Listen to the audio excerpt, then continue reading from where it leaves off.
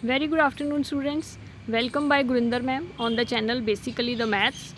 आज हम आपके साथ डिस्कस करने जा रहे हैं +2 अप्लाइड मैथमेटिक्स कैलकुलस जो हमने स्टार्ट किया हुआ है उसका next topic that is explicit and implicit functions. So सबसे पहले क्योंकि ये टॉपिक आपके लिए न्यू है तो इसका कॉन्सेप्ट समझना स्टूडेंट्स बहुत ज़रूरी है.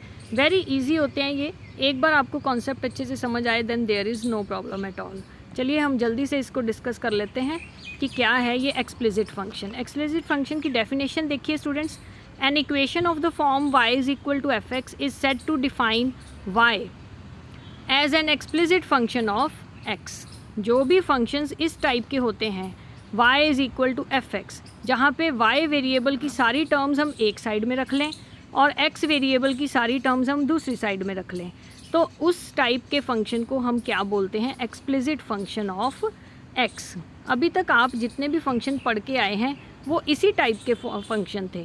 y is equal to f x type के होते थे. उसमें x को हम इंडिपेंडेंट वेरिएबल बोलते हैं क्योंकि इंडिपेंडेंट वेरिएबल है, हम उसको कोई भी वैल्यू दे सकते हैं.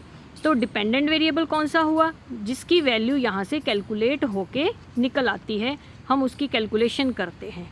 चलिए इसकी एग्जांपल्स भी देखते हैं. एग्जांपल्स में हमारे पास है y is equal to x sine x. एक आप देखिए y जो है वो एक साइड में है, इसमें एक ही टर्म है इस इक्वेशन में y की और वो एक ही साइड में पड़ी हुई है लेफ्ट हैंड साइड में. दूसरी साइड में एक फंक्शन x है, एक फंक्शन साइन x है. तो दोनों फंक्शंस जो हैं वो x के हैं और एक साइड में ये पड़े हुए हैं. लेफ्ट हैंड साइड में y हो गया है, राइट हैंड साइड में x साइन x हो गया है. सिमिलरली दूसरी एग्जांपल भी देखिए आप.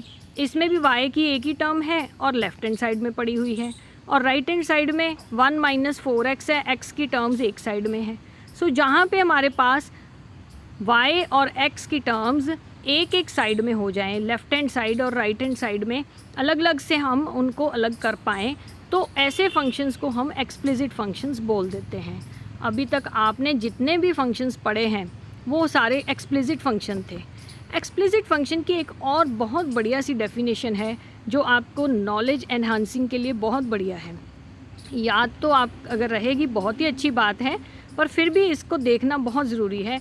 मुझे ये डेफिनेशन पर्सनली बहुत पसंद आई है. Sometimes we call explicit function as a. Explicit function को ये भी हम बोलते हैं, क्या बोलते हैं? रूल बोलते हैं. कैसा रूल है? विच टेल्स अस, जो हमें क्या बताता है? What is done with the independent variable to get the output. Independent variable के साथ क्या किया गया ताकि हमें आउटपुट मिल जाए. आपको ये जो डेफिनेशन है ये एग्ज़ाम्पल से बहुत अच्छे से समझ आएगी. सो पहले हम एग्ज़ाम्पल पे आ जाते हैं. ये एग्ज़ाम्पल देखिए स्टूडेंट्स जो स्क्रीन पे है, ये है y is equal to 4x minus 5. So यहाँ पे हमने x को क्या किया? x को हमने 4 टाइम्स किया. ठीक है जी. इंडिपेंडेंट वेरिएबल को क्या किया हमने? 4 टाइम्स किया. वो जो रिज़ल्ट आया उसमें से हमने 5 को माइनस किया. वो जो 5 माइनस हो गया तो हमारे पास डिपेंडेंट वेरिएबल आया. सो हमारे पास डेफिनेशन क्या कह रही थी? डेफिनेशन यही कह रही थी कि एक्सप्लिसिट फंक्शन को हम ऐसे डिफ़ाइन कर देते हैं, ये एक ऐसा रूल है जो हमें ये बताता है कि इंडिपेंडेंट वेरिएबल के साथ क्या किया गया. जैसे यहाँ पे 4 टाइम्स करके 5 माइनस कर दिया गया टू गेट द आउटपुट, ताकि हमारे पास डिपेंडेंट वेरिएबल जो आउटपुट है, आउटपुट डिपेंडेंट वेरिएबल है, तो डिपेंडेंट वेरिएबल जो है वो हमारे पास सॉल्व होके निकल आएगा. सो बहुत ही प्यारी डेफिनेशन थी ये. अभी तक हमने जितने भी आपके साथ डिफरेंशिएशन में फंक्शंस डिस्कस करे थे वो सारे ही एक्सप्लिसिट फंक्शन थे. अब हम आपको इम्प्लिसिट फंक्शन भी बताएंगे कि वो क्या होता है. इम्प्लिसिट फंक्शन जो है स्टूडेंट्स वो क्या है? Implicit function is a function written in terms of both independent and dependent variables. ये दोनों की टर्म्स में ही लिखा जाता है. कोई एक पर्टिकुलर किसी दूसरे की टर्म में नहीं लिख पाते हम. मतलब हम लेफ़्ट हैंड साइड और राइट हैंड साइड में इनको सेपरेट नहीं कर पाते, तभी तो इसको हम इम्प्लिसिट फंक्शन बोलते हैं. ये इन्वॉल्व होते हैं, आपस में इतने ज़्यादा मिक्स हैं कि आप इसको अलग अलग नहीं कर पाते हैं. चलिए इसकी एग्जांपल जो है इसको ज़रा नेक्स्ट पेज पे डिस्कस करते हैं. ये जो मैंने एग्जांपल ली है, x cube plus y cube is equal to 3aXy. अगर मान लो मैं y वाली टर्म ये वाली इधर रख लेती हूँ लेफ़्ट हैंड साइड में और ये वाली टर्म को मैं दूसरी साइड ले जाती हूँ x की टर्म को. ठीक है, मैं चाहती हूँ कि मैं x की टर्म्स एक साइड कर लूँ वाई की टर्म्स एक साइड कर लो।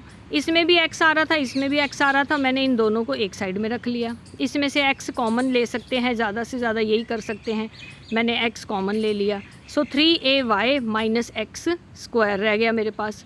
अभी आप देखिए इसमें से y कम्प्लीटली ख़त्म नहीं हो पा रहा और हम कुछ नहीं कर पा रहे हैं और कुछ सॉल्व हो नहीं पा रहा यहाँ पे।